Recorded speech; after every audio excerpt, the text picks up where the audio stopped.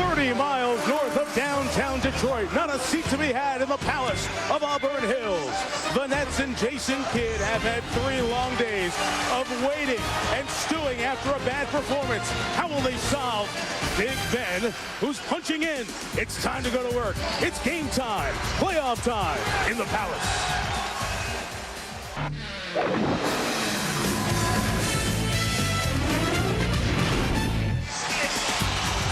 For the 24th consecutive time, the Palace is sold out and rocking for Game 2 of the Eastern Conference Semifinals. Well, plain and simple, it was gross. It was awful to watch. The Nets, 56 points, second fewest points in the shot clock era in a playoff game. Tom, they've got to get better as a group, and one individual might be the key to that. Yeah, well, first off, you look good tonight, by the way.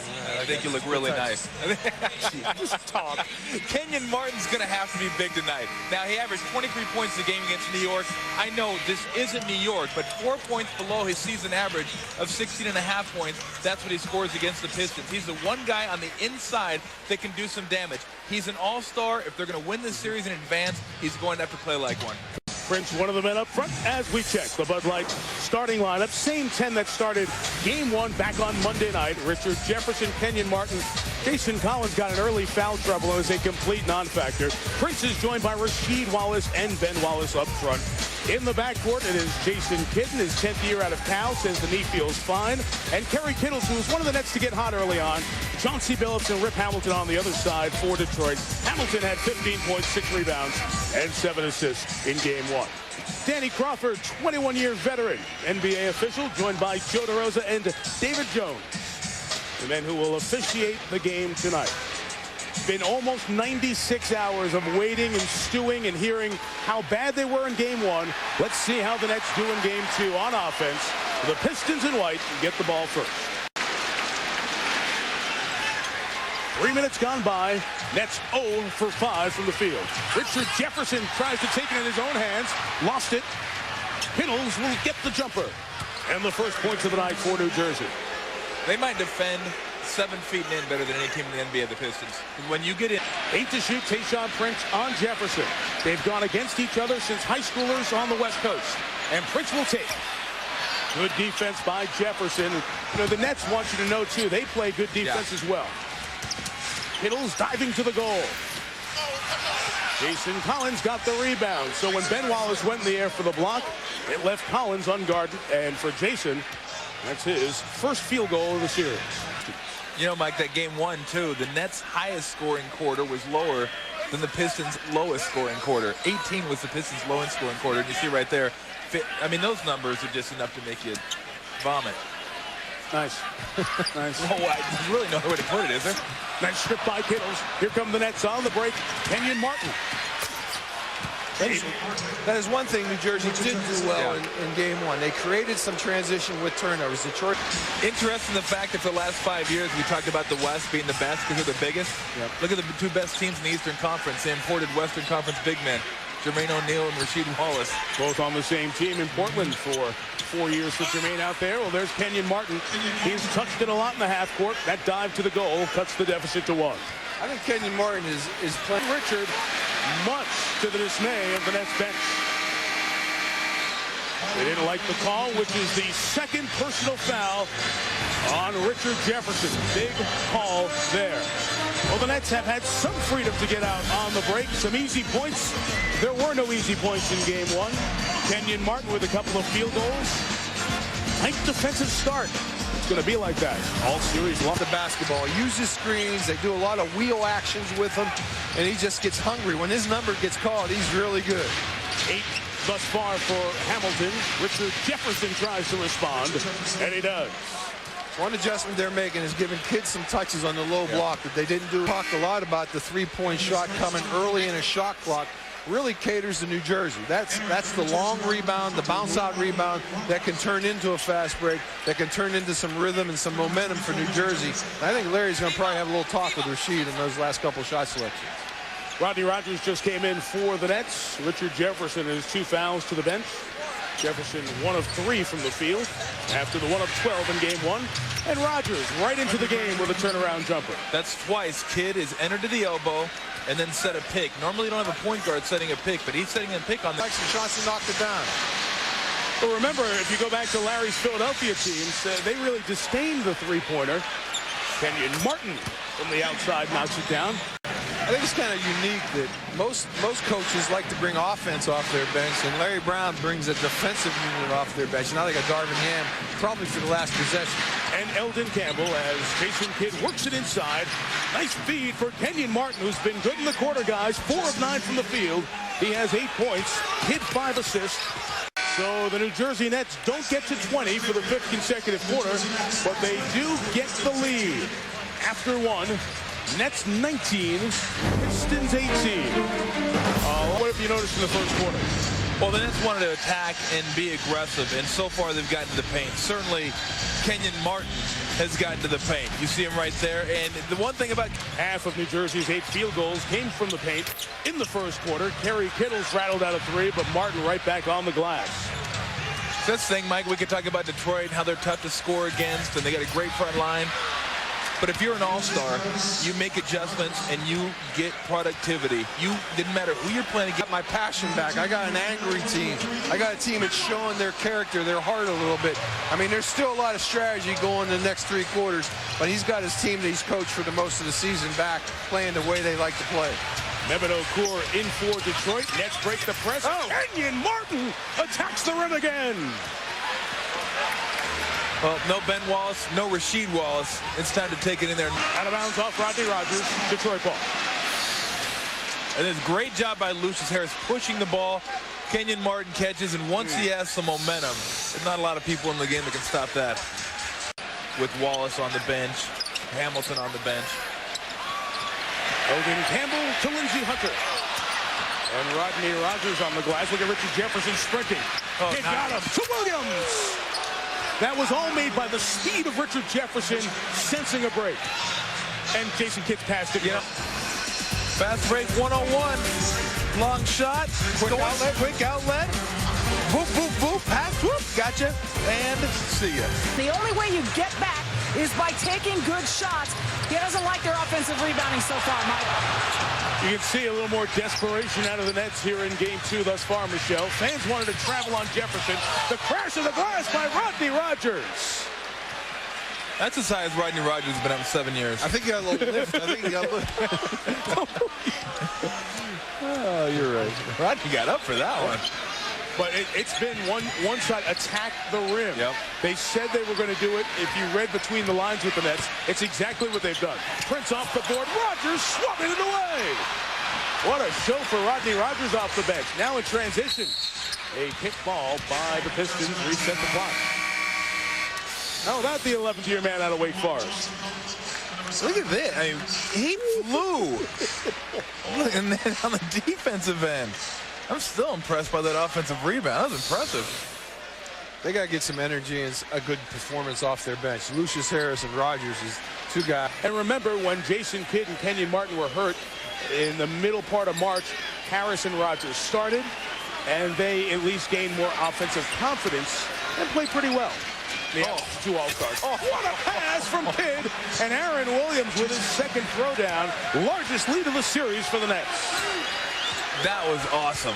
That was just an awesome pass. And a great dunk, too. Yeah. I mean, Aaron Williams has some spectacular dunks. The ball movement so much more crisp for New Jersey tonight. Lucious Harris chases down his miss. Jefferson just 1 of 4. After 1 of 12 from the field in Game 1. The step through, the find of Harris. And it is all hustle for New Jersey as they lead by 8, and the Pistons going to take time out here. The New Jersey Nets challenged after the futility of Game 1, responding with terrific effort here in Game 2. Jason Kidd looks the same. Aaron Williams getting up high. Rodney Rogers soaring over people. Harris and Rogers off the bench. Great start for New Jersey here tonight. Well, most fast breaks have one thing in common. Quick outlet pass. Look at Kidd when he catches it. He's on the fly, and then you got the wing runners, and the ball doesn't touch the ground. 3 seconds it takes him to get down there, and then Aaron Williams finishes it off. When you watch New Jersey, and you look at right there, Nets led 9-5 in game one. That was their biggest lead. Another steal by Kidd. Jefferson left side. Oh, they are running them silly right now. Absolutely. Not just off turnovers, off missed shots. For some reason, the Pistons are not getting back on defense. Too many guys getting caught down near the baseline. And once Kidd gets out ahead of you, it's lights out. Jason has 7 assists on the Nets, 15 field goals. Hamilton O'Court, two-man game. Beautiful block by Williams and Jefferson. Oh, the Nets are flying tonight. I personally think it'd be good because I think it's it'll make people go to the rim more, which right now that three-point line is the exact opposite's happening in the game. Well, if you're just tuning in tonight, the Nets are going to the rim. They are aggressive. They look like the team that won 14 consecutive Eastern playoff games until Monday night's embarrassing loss. Attack range before the end of the half. Well, I think it was a great spurt. 3 possessions in a row. He's made 3 baskets and a great, he's been controlled by Larry Brown. Oh, did Martin get that? On the way back down, he tipped in the alley-oop, the set play out of the timeout. That might be the dunk of the night. Man, hey, with a pogo stick. That was amazing. Collins. And this is someone who could just go get it. There's not many. I mean, look how high that thing is. That's almost top of the square. And from the floor cam, you can, well, I don't know what you can see. You could see that he waved those legs to keep himself airborne for just another half second to come on down. They left Rasheed Wallace free. Rimmed it out, hit the board. Look at all the blue shirts. It's like a wave from left to right. Jason Kidd for 3. So the Nets, who had only 39 points in the first 3 quarters of game 1, have 41 here in the first 22 minutes tonight. 41 technical fouls in Portland really became a problem child in many eyes, and people forgot to see as Jason Kidd hits the shot to put the Nets up 12. See if they go for the quick hit. Rodney Rogers thought about the 3. Hits it out to Kidd. Nice slip pass to Rogers. Jason Collins on the glass. That is 10 offensive rebounds for the Nets. They had 7 in all of game 1. What they're doing is making the Detroit defense move side. 2 more coaches fired in the NBA. And believe me, we'll be watching you guys because William Hung is the halftime entertainment here. Enough already. How about the Nets? 56 points in game 1, 46 points in the half of game 2. They look like the old Nets. Up a dozen in Detroit at the half. Big first half for the New Jersey Nets and Jason Kidd. He has 6 points, but more importantly, his team has 10 fast break points, and the Nets bounce and they lead 46-34. Picture perfect night in Times Square. You know what? If William Hung has an album, you should, Steven, shouldn't you? Absolutely. After listening to that garbage, I could become a billionaire. I don't know if you can become a billionaire. Hey, what's wrong with being a millionaire? I could be Bobby Brown. Don't bring Bobby in. The first half so far from the New Jersey Nets, they're scoring points. They're on the run. Sick catch and bucket by Kenyon Martin. Mike and crew are up next. Been a much different story here in game 2. Kenyon Martin attacking the rim. 12 points, 5 rebounds for the All-Star. Richard Jefferson finishing breaks after 1 of 12 from the field in game 1. I think Detroit also has to find a way to get Prince and Rasheed involved inside. You know, in last game they dominated 32 to 16, I believe it was, points in the paint. That's a plus 16. This game they're minus 10. Kenyon Martin goes right at Rasheed Wallace. Jason Collins snuck in under Ben Wallace. Another offensive rebound for the Nets. A lot of their layups. They gave up 8 layups so far in this game, which is way too many for the Detroit. As a matter of fact, the Pistons offense runs better when Ben gets touches inside and takes a look at the basket. I think the biggest difference between Rick Carlisle's Detroit Pistons and Larry's Detroit Pistons is the freedom offensively. Jason Kidd spins baseline, re-extends the lead to a dozen. He made a 3 early in the second quarter, and it seems like Kidd wanted the foul. Joe DeRosa says, play on with a 3-second difference. Game and shot clock. Darvin Ham, good defender on Jefferson. Rasheed Wallace is there on the spin. Jefferson, good talent to make it. I mean, 7 teams have come back from 2-0, and 7 teams have come back from 3-1. It's very obviously, history says it's difficult, period. Very, very difficult. You just don't want to get down 4-2. Thanks, Tom. Rogers, a rainbow three from Rodney Rogers, showing the good range. 33% three-point shooter has been. We've had some great finishes down at that basket tonight. That was a playoff caliber jam right there. Rogers, nice up and under on Williamson.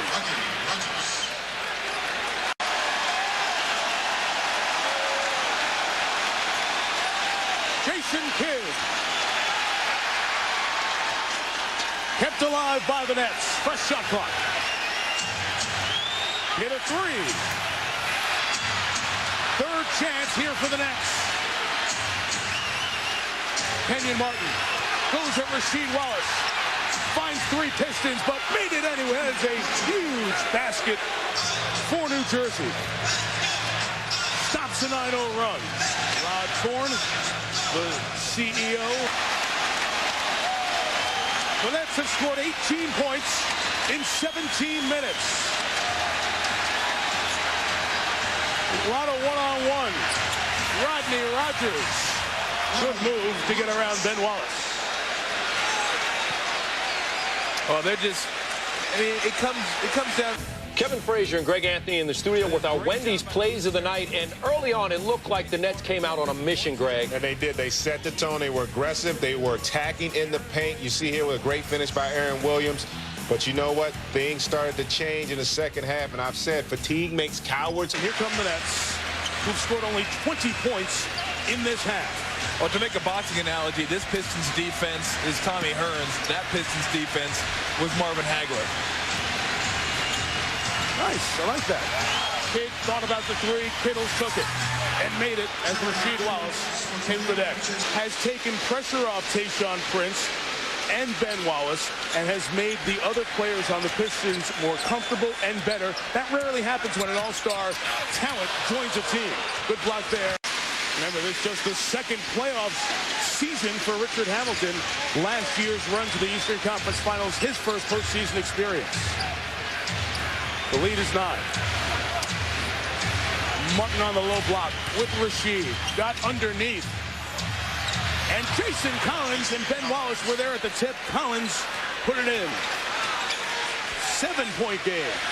Well, I think New Jersey has a chance of winning both games in New Jersey, but I don't think LA has a chance of winning 2 games in LA. So both teams who went to the finals last year, I think, are struggling with the emotional makeup of where they are in the playoffs. Kenyon Martin with the jump hook makes it a 10-point game. Hamilton makes 2. He and Billups each have 26. Jason Kidd held in check. 2 points, 3 assists, 3 turnovers here in the second half. Jefferson and 1. A sloppy foul there. It should be mentioned, though, that Detroit did score about 60 points in the second half. Yes. Yeah. I don't think they can allow. They were down 12 at the break and outscored the Nets 61-34 in the second half.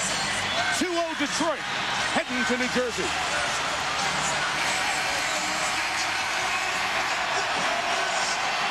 Hamilton and Billups, the Palace guards, the story tonight. They had 28 apiece. Our final score, Detroit 95, New Jersey 80. Couple of game 2s tomorrow. Miami, Indiana, Sacramento, Minnesota on ESPN. SportsCenter's next with John Anderson, Reese Davis, and we'll see you during their show. For Tom Tolbert, George Carl, Michelle Tafoya, Mike Tirico, thanks for watching this presentation of ESPN, the worldwide leader in sports. For more, log on to ESPN.com. Good night from Auburn Hills, and off we go to SportsCenter.